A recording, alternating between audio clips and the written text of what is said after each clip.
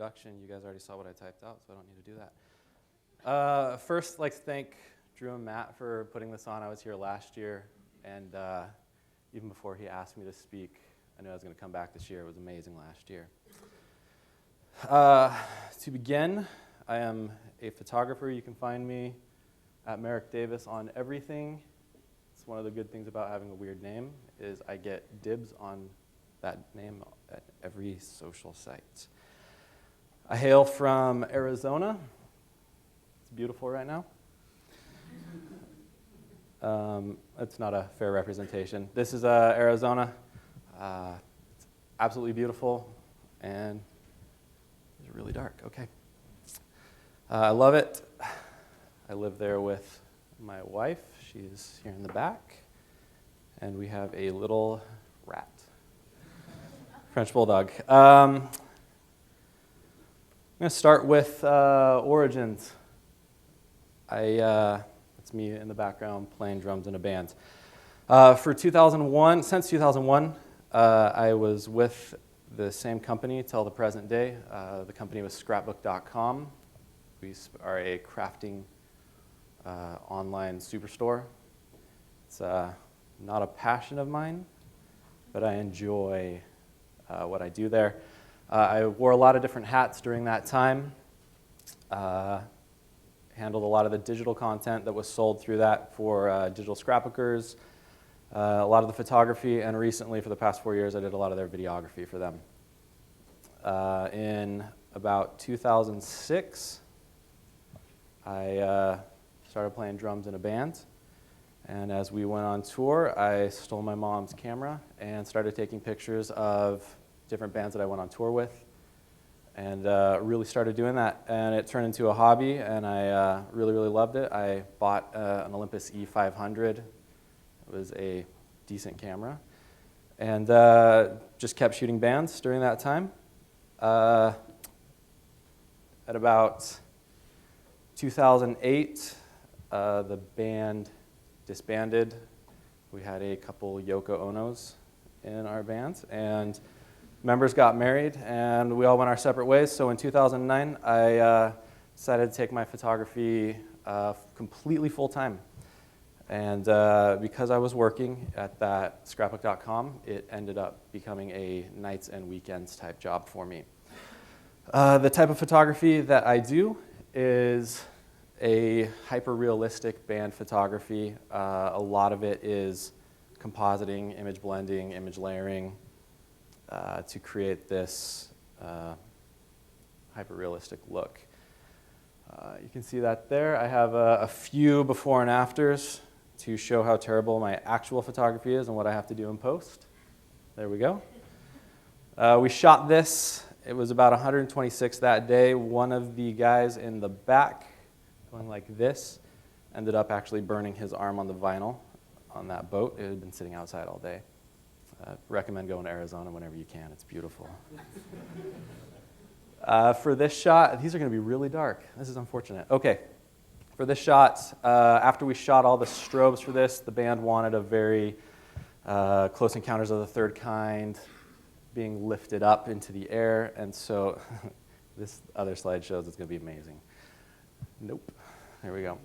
So after we shot all the strobe work, we did a lot of long exposure to get their skin stretching so we could get that pulled effect as they're being pulled up into the air. This band wanted to do a mobster look, so we rented an old 1920s car, went out in the middle of the day, shot this, and each one of these people, when I do a shoot like this, I'll set up the lighting for one specific person. So for the guy with the Tommy gun, we'll light him, shoot him, everything shot on a tripod. Then we'll set up the lighting for the guy on the ground, and then the two couples in the back. I prefer to do it that way. It's a lot easier than carrying 8 to 10 strobes to light these scenes. Again, some more band work. I picked all of my dark images, so this is going to be perfect. I also shoot a lot of portraiture work. This is Frankie Muniz. Funny story about this guy. He lives in Scottsdale. I've been a huge fan of him in Malcolm in the Middle growing up. And he was in a band, and they had terrible pictures. They had the worst pictures I've ever seen of any bands. And you'd think that he would have dropped some money to do some good photos on that, but he didn't. So I contacted him via Twitter, wrote him a message, and basically said, hey, you guys need better pictures. I'm local. Let's do a shoot. And surprisingly enough, he wrote me back, and about a week and a half later, we ended up doing a shoot. The band photos are not in my portfolio. I really did it just so I could get that money shot right there of him by himself. And he is really, really short in person, which is unfortunate. So everything was sitting. Oh my gosh, these colors are terrible. They're a lot better when you look at my slides, I promise. I did a fitness campaign for a company in the Valley. They wanted some really hyper-realistic style of work. So we did a lot of pushing through the limits. Again, everything is composite. Shot her inside of the, shows how often I go there, the gym. Shot her in the gym. And then we shot the background plate a little bit later. Same thing with this guy. Shot all the fire, lighting those tiki torches and different things like that, lighting them on fire. Actually made this band smoke cigars, and he ended up getting really, really sick after this shoot because he smoked like a cigarette. It was really funny. I did some work with Seven Dust for this one. It was a lot of fun. Got to do rock salt, sugar, anything that we could find that was granular, and use some makeup glue. I got to stick it on them. That was cool. I've loved these guys since I was little. Again, some other stuff. I do a lot of more portraiture work. This was for my buddy's clothing company. The other one is for her name's Maria de Cecilia. She was in Lydia, if you're familiar with that band. This guy is a good buddy of mine. He is a web developer designer, and he always has these really great ideas, and we get to have some fun with that. Again, another artist. His name's Sanjay, I think. Yeah, Sanjay. I also like to do a lot of traveling with my wife. Fell in love with landscape photography when I started traveling with her before we started dating. And kind of blow through these real quick. Oh my gosh, this is terrible. I'm not even going to skip that one. Love Europe. If you can get there, it's incredible. Everybody knows what that is. Sunset, cool. Grand Canyon, again, very beautiful. The thing that I found is that as I was shooting bands, I wanted to start shooting individuals. And then as I started taking pictures of individuals, I wanted to try something else. So I started doing landscape photography. And it was just this cycle that I started finding out that I was getting burned out a lot quicker than I should in this passion of mine. The other thing is how many people here are photographers? Perfect. In your communities, it might be a very loving community. In Arizona, it's pretty cutthroat as far as the clientele goes through. So there's not a really good community, not a lot of love. I hope it's different for all of you. So I began to search for inspiration, a community that would accept me. And ultimately, I fell in love with Instagram. This became my muse, my mistress, like Bradley. I had my mistress and it was Instagram, except she was dirty. Professional photographers shun Instagram for the most part. They say that it's killing photography. Completely disagree. The thing I loved about Instagram is that there was endless inspiration at your fingertips at any given moment, any time of the day, anywhere you are. Flip open your phone, load it up, be inspired by like-minded people. I thought it was one of the greatest things that had been made as far as keeping me focused. For me personally, it was awesome. It was a great place to pitch ideas, try new techniques, throw them up, see what people thought, and have a creative outlet. And then most importantly for myself, I wasn't getting burned out because I found the joy in the personal work side of it, leaving my clients behind. And then also, there's something pretty magical about Instagram, is the camaraderie that you can find on there. The social network is incredible to connect with people that shoot like you, that have the same interests as you. And then I found the phone to actually be better than my big old DSLR that I was taking out. Started shooting with that, compositing images on that. I hope these pictures turn out. I'm so sorry, guys. Nope. Cool. But I experimented a lot with color. That's a turtle, if you can't tell. A lot of different blending modes, sunset colors. I really shoot dark. I'm so sorry, guys. Practicing light manipulation to focus on different areas of color and how light blends with that. Also other blending modes. Something I can't really put in my personal work. I don't want clients to see something like this. But nonetheless, it was a way for me to express a different type of work. Light study. I could practice all of these things, and then also ambient light study. And that's more of my personal hatred of spiders. As a result of Instagram, it ended up turning into a place that I would begin finding client work. I ended up doing work for a band called Tesla Boy. Ended up doing 4 album covers for them. Then one day I got a really strange message from Tyra Banks' social media director. She wanted me to do a Halloween post. Can you guys see that? There's cockroaches covering her, different things like that. Got to do that, and ended up, she posted it. It did nothing for my career.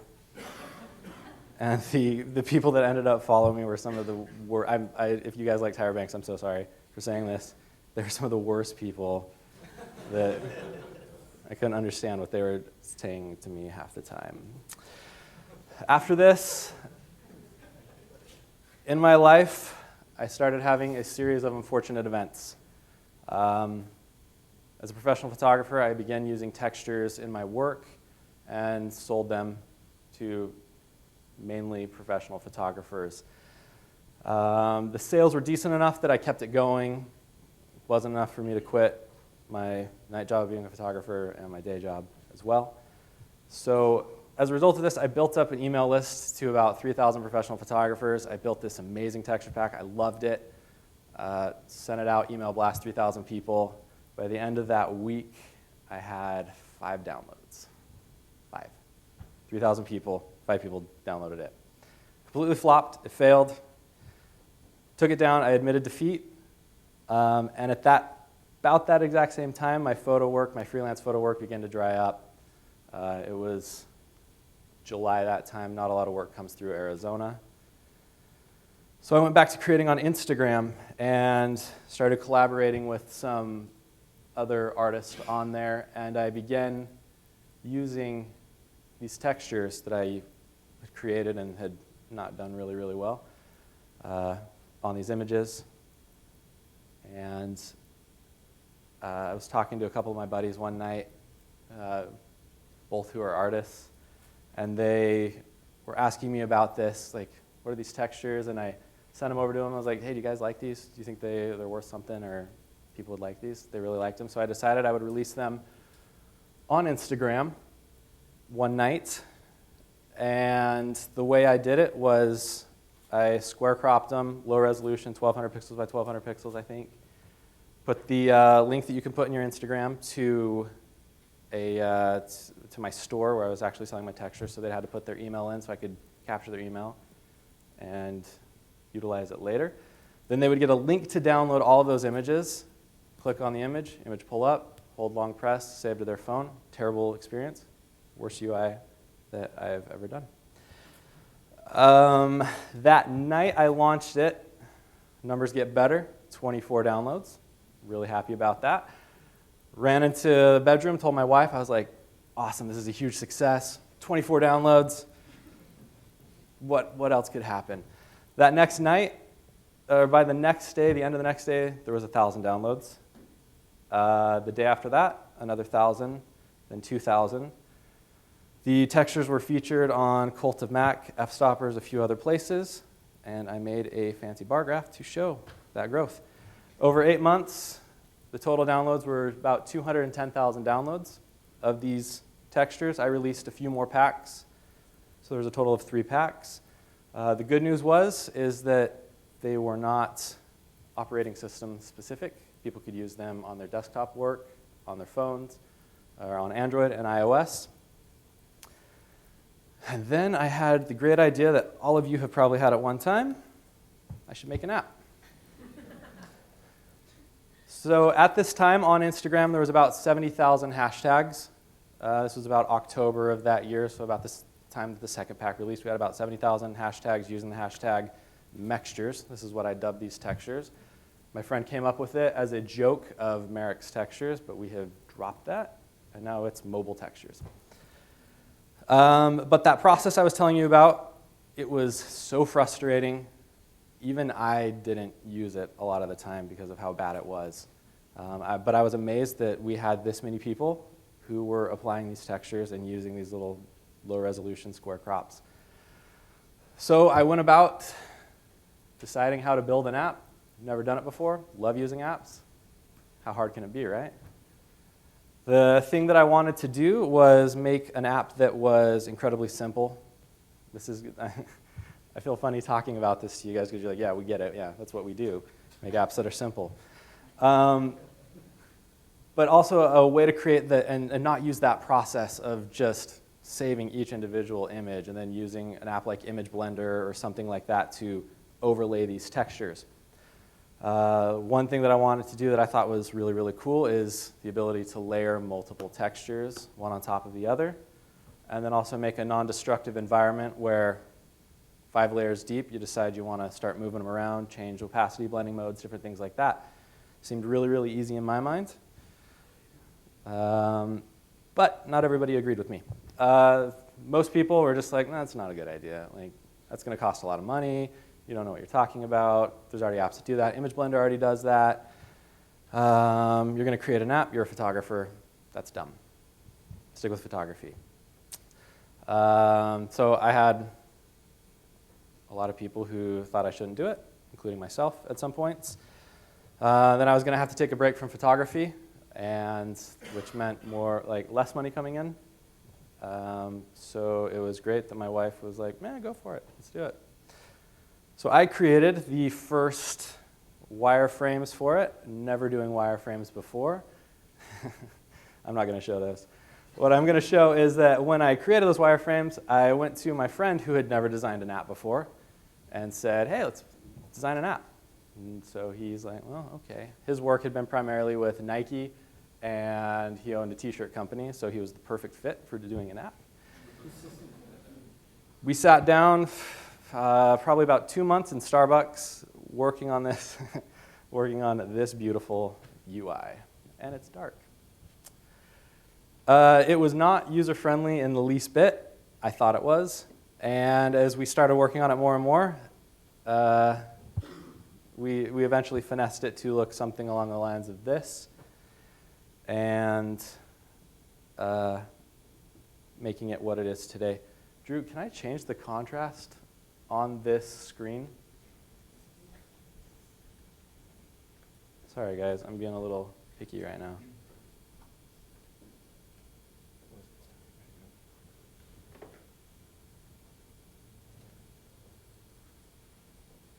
Can you just do like Adobe?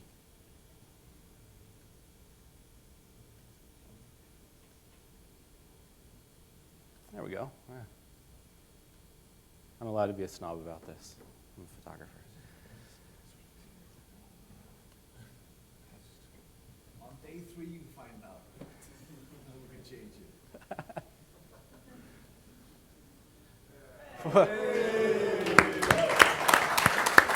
All right.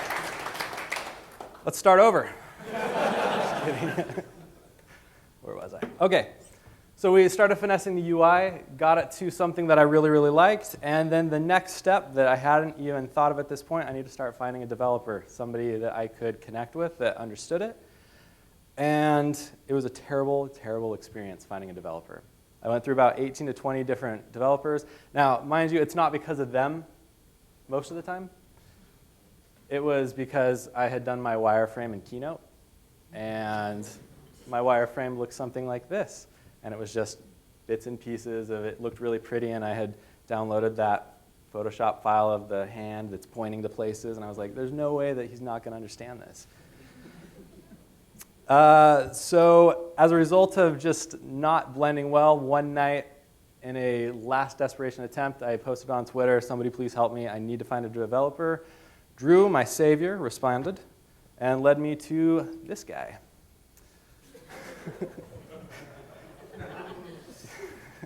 You might have seen him. He's not here today. He was here the past couple of days. His name is Wes Billman. I sent him over all of that stuff. He was incredibly patient with me. We ended up clicking really, really well. And so we began development on Mextures in January of 2013. What made that experience so great is that each of us knew what hat to wear. I didn't know anything about code, so when he suggested something, I took his word for it. He didn't know too much about photography, so when I told him something needed to do this, he didn't question it, and we ended up working really, really well. As all of you know, scope creep happens. We thought that we would have the app done in February or March with the basic layering of all that stuff, but one night, after working with the app, I have a little Moleskine notebook with this taking up a whole entire page, me scribbling it out, angry, was the ability that you couldn't save and edit. You do 10 layers, and you're like, awesome, export, this looks great. Click back, everything that you'd worked on completely gone.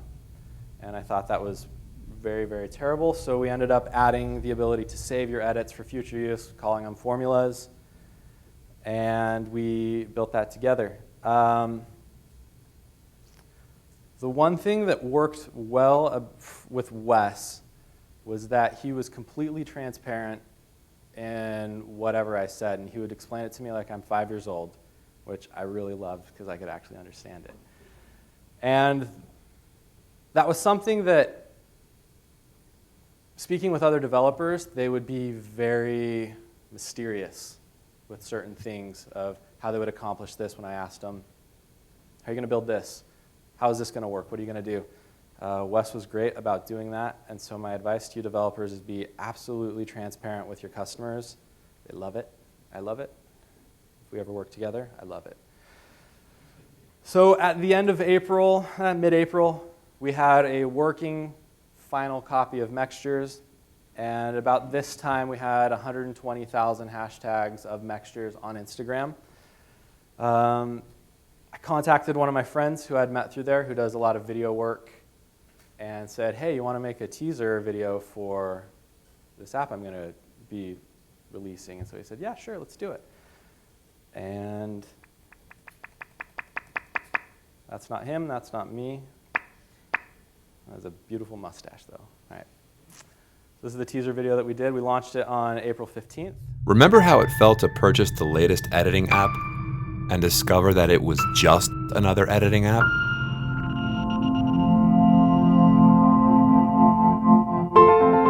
Remember when you wanted to break into mobile photography but had no idea where to start? Remember when you could make something amazing but couldn't replicate it? Again and again and again. And your favorite photographer's processing was a mystery to you? Remember when you needed undo buttons to correct mistakes, and every new effect you added meant more time waiting? When your editing apps wanted to make you into a version of them, rather than a better version of yourself? Introducing Mextures. Preloaded with over 70 custom textures, gradients, and lightnings, ready to rotate, blend, and layer with a tap. Mextures. Never has beautiful been so easy.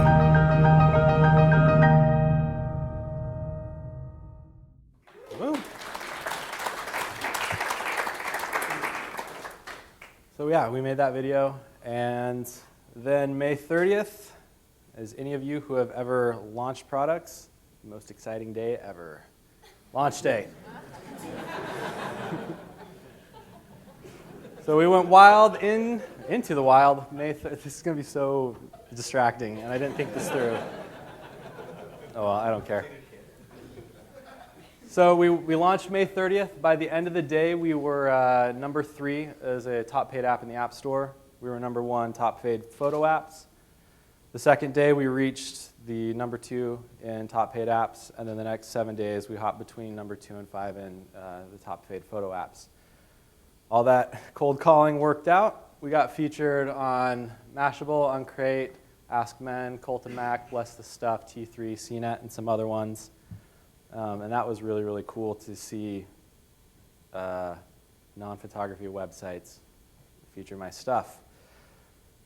But the honeymoon ended quickly when the reviews started coming in. Square crop only, 1 star. Made that mistake. Textures are square crop. Nobody complained about it before. You launch an app, everybody loses their mind. What we had to do, pivot.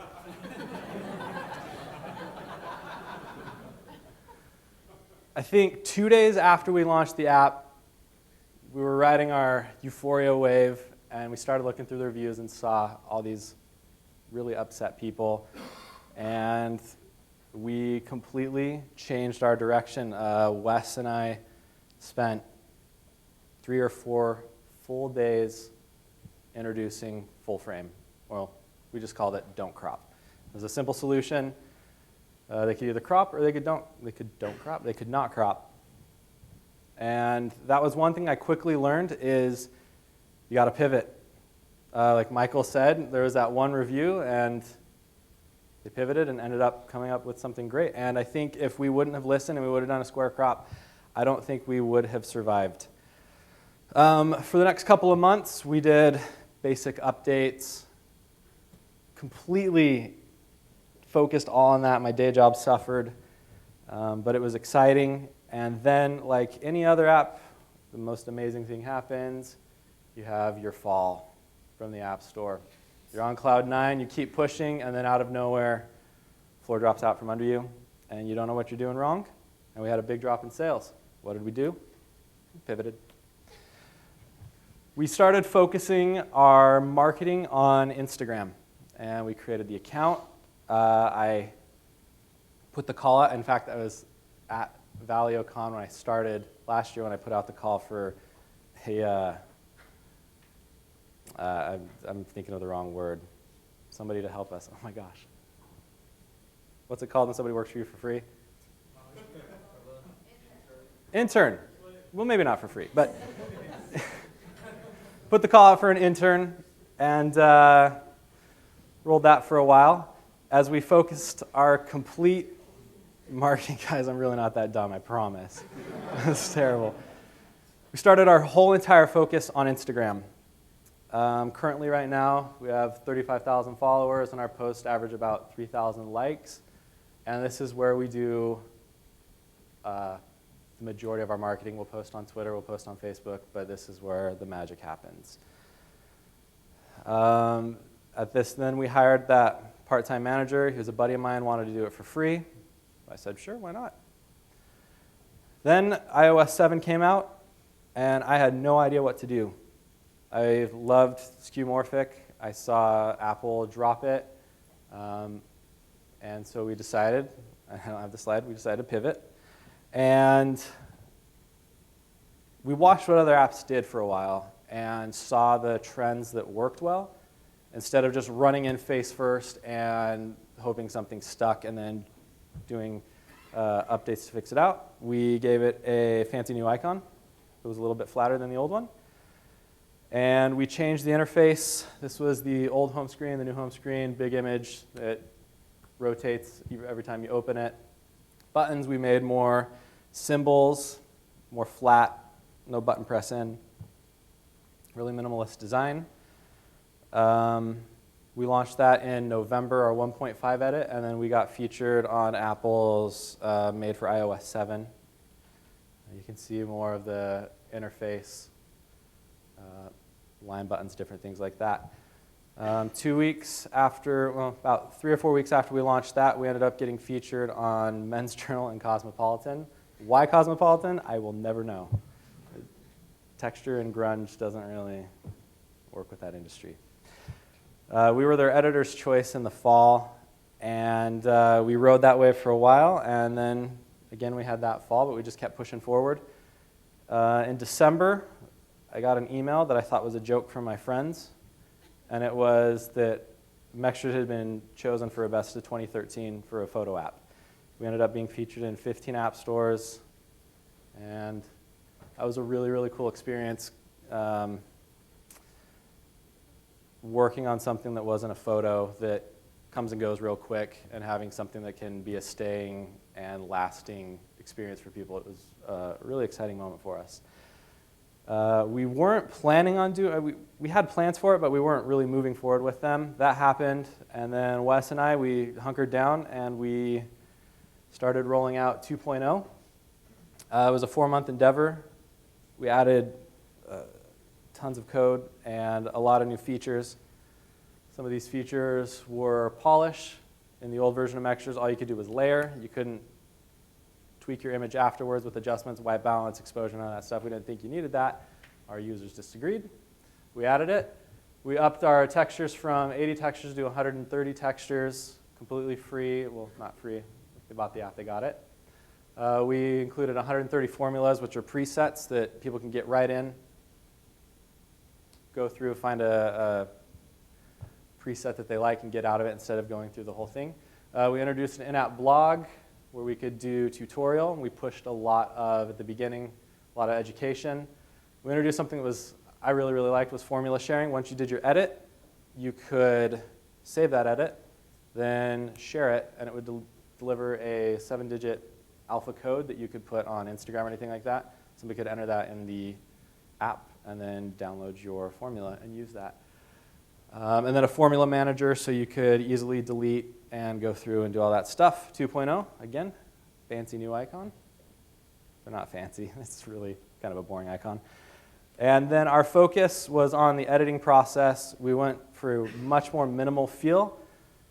Our focus turned on the imagery. So rather than the textures, we focused on the end result. We bootstrapped it for the website. I did the layout for the website, and then my graphic designer friend who helped design the app said, hey, can you build a website? He's like, yeah, sure. So he did all the back end on it. So if there are things that are a little janky, blame him. He didn't know what he was doing. This is the kind of the format of it. Very, very simple. We wanted so much focus on the imagery. That was something that we missed the first time. We thought, oh, it's all about the textures, all about the textures. And it is, but it's all about the end result and what people were creating. I contacted my buddy Taylor and said, hey, you want to make another movie? Let's do it. And he did it. And we launched with this video. I'll play that for you.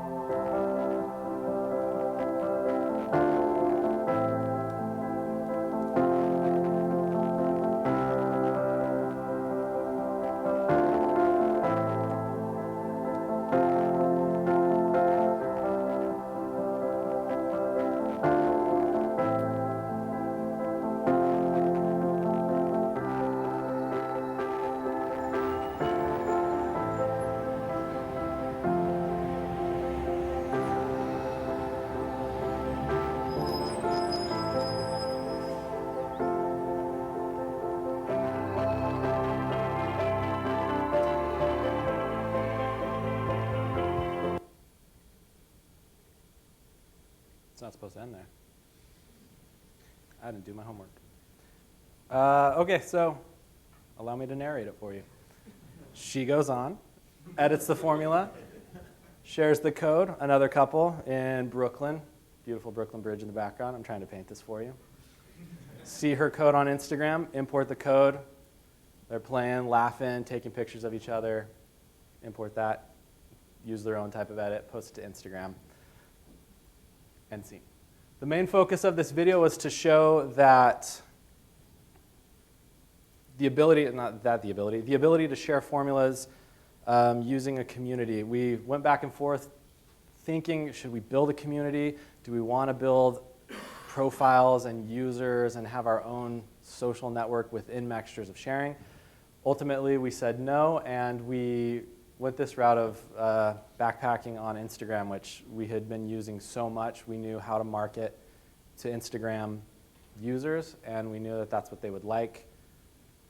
We thought they like. It's done very, very well with formula sharing. And as a result of adding all of these new subtle adjustments to the app, some of the work that people are creating is better than anything I could have predicted would have come out of this app. There's some edits using Mextures. I'm going to go through a couple of them. The app right now is over 600,000 hashtags. More importantly than that number, just this work people are creating is just incredible. I have a worst of folder on my computer as well. I didn't know if any of you might have made the folder, so I didn't put any of them up there.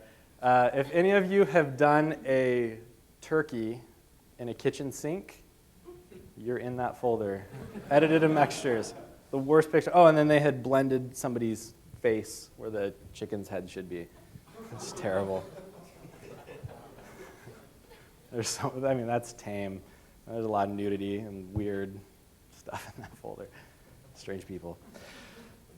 So it's been an incredible experience going from photography, coming out with these textures, having them be a great tool for people to use, and then a year later being able to have people create stuff that is as beautiful as this, better than I had ever predicted that they would. So what's in store for the future? Earlier this year, I went completely full-time with Mextures now. The majority of that time is spent with customer service. If any of you are in customer service, I feel so much sympathy for you. There's special people that need help. We're focused on the future. We're building new products in different markets and different categories. And now this is where my talk goes into Tony Robbins land, and we're going to get inspirational. A couple of things I've learned through this experience, having no experience, is Murphy's Law is real, and it's always going to happen when you don't ever want it to happen. Everything that can go wrong will, and as a result of this, you want to control everything. You want things to be perfect. You want it to be just so. The one thing I learned is look at what you have, look at what the problem is. If you can fix it, change it. If you can't, forget about it. There's no reason to ever focus on something you cannot change. Something I learned personally, be patient with yourself, because other people will not be patient with you. They want things to be perfect. But another thing I learned, it does not need to be perfect when you ship it. It was something I lost sleep over, writing things down. This needs to be moved 2 pixels this way. We need to make sure that this pops up. This animation needs to be like this. What are people going to think when they see this screen instead of seeing this first? Are they going to be confused? I mean, the list goes on. It still goes on and on. Wes, though, taught me that all of my ideas are not good, and it's okay that they're not in the app. And people have not missed what I thought was such a critical part of my app. Something really fun about our team is we are a motley crew. I am a photographer. I like design work. I like building apps. At the end of the day, though, I'm a photographer. Wes is an incredible developer, not just in iOS, but in so many other languages. Our social media guy teaches sex education to high schoolers. Perfect fit, right? And our graphic designer did work for Nike and logos for Nike and owns a t-shirt design club. So we are a completely ragamuffin group of people that are just wearing different hats currently right now. Another thing I learned, the most important thing, cultivate relationships. When I launched those free textures, every night I'd get home from work and I would sit down for 3 or 4 hours and go through that hashtag and comment on everybody's picture. I tried to, and it was the worst. It was, I don't mean, oh gosh, those people were terrible. No, it was, I didn't know what I was getting myself into, but the end result was so worth it because I ended up building these relationships with these people who believed in this idea of giving away textures on Instagram. And I respected them for that because they believed in it and they respected me. And as a result, they are what I like to call lifers. They're always going to be supporting Mextures. They're going to tell us when we do something wrong, and having people like that is so incredibly valuable. Another thing is cultivate experiences. Something early on that I didn't really understand, that adding layers onto an app could be something more, and it's not trying to become all philosophical on you, but the experience that somebody has using your app or something you've created, your web app. Is that me? Am I talking too loud? Okay. No problem. Lost my train of thought.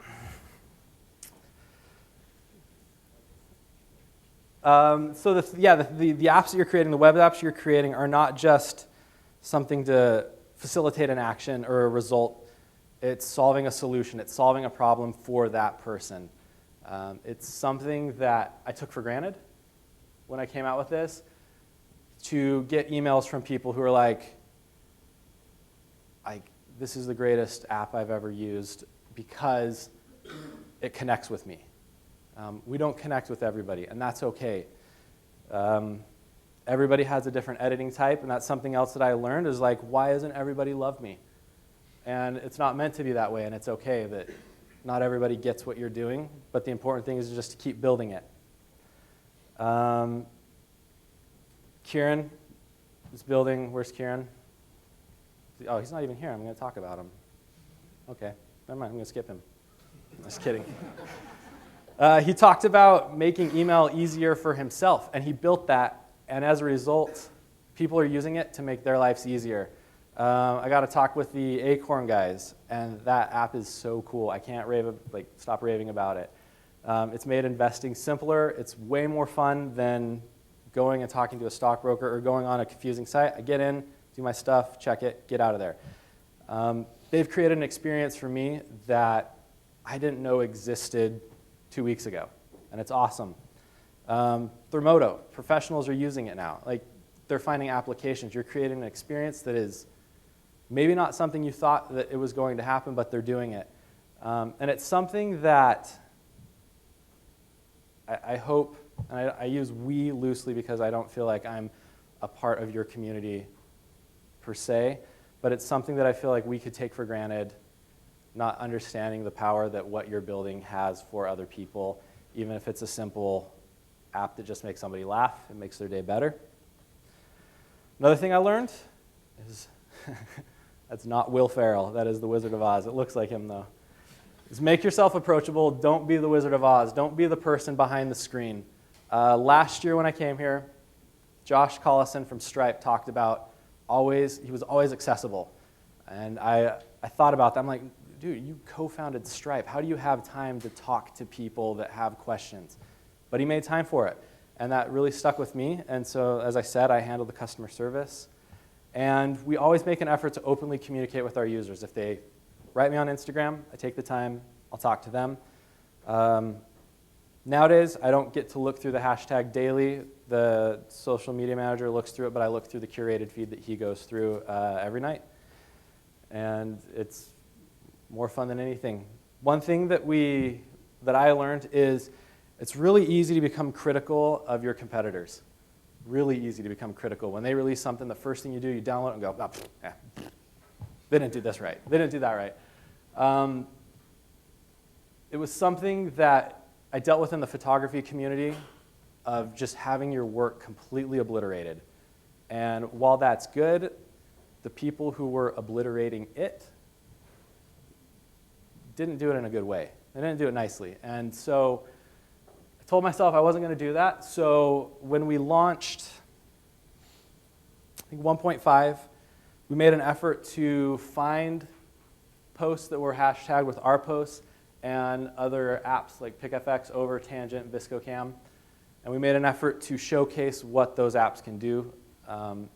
In the photography world, there's so many ways to get from A to Z, and there's so many different apps to do that, and I think it's important that people just don't get with mixtures and stay with it, that they experiment with other things. Yeah, so we did these features, and they ended up going over really, really well. Our users were like, I just bought PicFX, this app is awesome. I don't know if we lost them as users of our app. That would be terrible if we did, but hey, it's okay. Another thing that I've learned through all of this, avoid burnout, have hobbies. Those are soaps. I make soap. Right? The thing that I learned going through that process of band photography, portrait photography, landscape photography, is I was constantly doing other things in my profession, and I wasn't growing outside of that. I still had that negative burnout when I'd pick up another topic or another category. My wife and I, we sell these locally, kind of like backyard markets, vendor markets, different things like that, and I love it. It's something that I can completely forget about the app, the reviews, my photography, and I just get to sit in my kitchen with my bonnet and my apron and make awesome soap. I love it. It's such a fun experience. It's not the most manly experience, but anyway. And it's okay to be passionate about things that are unrelated. It's something that I've been able to keep my sanity through all of this, being thrown into this world, and you guys are in it every day, and I respect you wholeheartedly for that, dealing with it, dealing with clients, users, all that stuff. It's incredible. So I suggest finding a hobby that is not on your computer, something that involves your hands, whether it's riding a bike, learning how to ride a bike, rollerblading, anything like that. If that's still a thing, I don't know. More soap. So there was a Soul Pancake. Love that you referred to that. There's a little kid on it called Kid President. He's awesome. This girl by the name of Taylor English, I found this on Vimeo 11 or so months ago. And I really, really liked it. It's very inspirational. I think we all need a pep talk.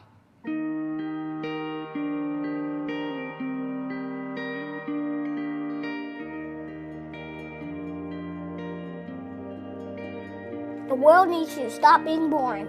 Yeah, you. Boring is easy. Everybody can be boring, but you're gooder than that. Life is not a game, people. Life isn't a cereal either. Well, it is a cereal. And if life is a game, aren't we on the same team? I mean, really, right? I'm on your team, be on my team. This is life, people. You got air coming through your nose. You got heartbeat. That means it's time to do something. A poem. Two roads diverged in the woods, and I took the road less traveled. It hurt, man! Really bad. Rocks, thorns, and glass. My pants broke. Wah! Not cool, Robert Frost. But what if there really were two paths? I want to be the one that leads to awesome. It's like that dude Journey said, don't stop believing unless your dream's stupid. Then you should get a better dream. I think that's how it goes.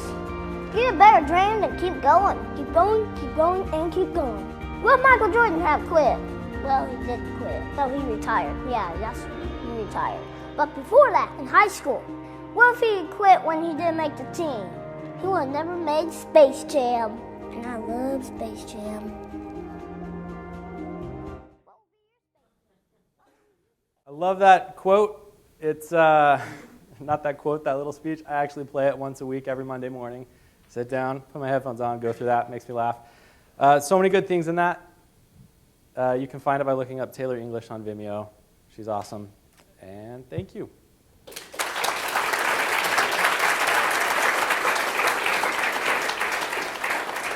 So one thing is, before you do that, I brought soap.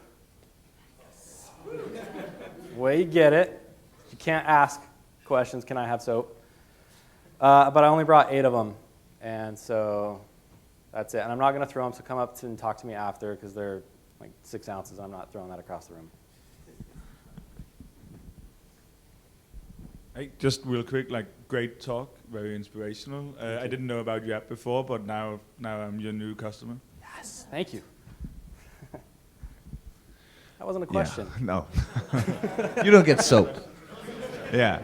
No soap. Really inspirational stuff, Merek. And of course, you're totally part of the community. Thanks. Yeah, everyone who makes anything is. I think it was really awesome. I actually have a thousand questions for you, but I'm only going to do 2. 2 bars of soap. 2 parts. No, just 1 bar of soap. That'll be fine. So just it would be interesting to hear your thought, like as someone who didn't like grow up in this business. Grow up sounds so old. But anyways, so what was the most frustrating thing that you found about making an app? If you have to choose like one out of the many things. Gosh. Yeah, I know. Making it or launching it or dealing with you can choose. Man. Just one, but you can only choose one. Users, customer reviews, learning that no matter how good you think something is, there's going to be somebody who thinks it's terrible, and they're going to let you know. That was really difficult for me. As a photographer, I give an agency my work, and there's only like one person who says, that's bad, fix it. I fix it, and they go, okay, let's launch it.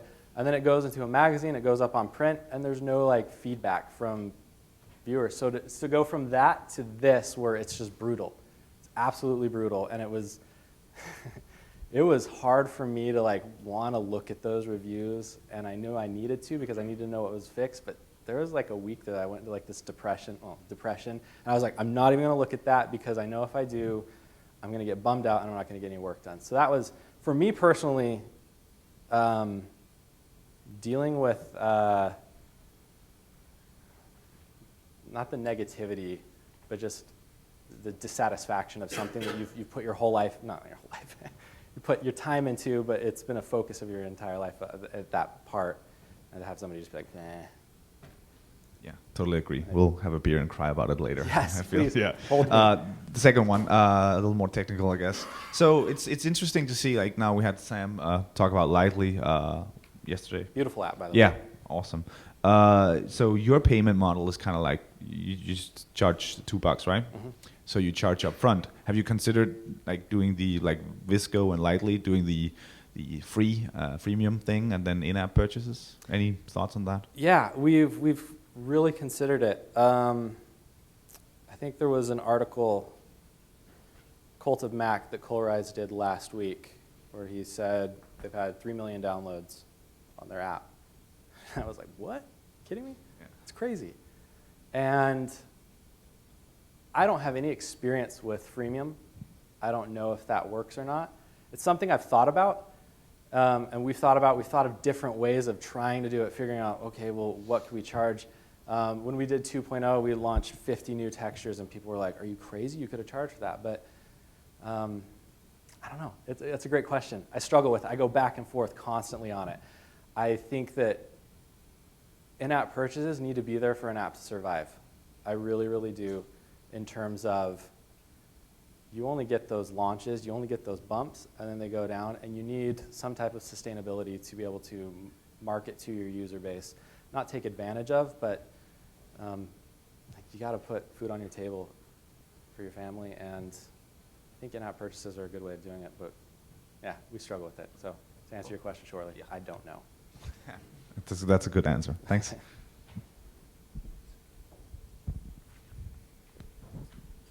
What was the name of your band, and do you still jam? Do you notice I didn't say what that was? I'm very embarrassed by it. We were a screamo band and angsty and yelly. We were called O Doctor. Do you still play music? Comment and exclamation point. You know what's sad is we played our last show and I never picked up a drumstick after that. Like, how emo is that, right? But I never had the desire to play again. Once those guys, like, we disbanded, I'm like, that's my family. I feel dirty playing with somebody else. So yeah, I've left it. I haven't even tried it, and it's sad. Yeah, it sucks. Well, let's jam. Okay, I like that. We'll get dirty.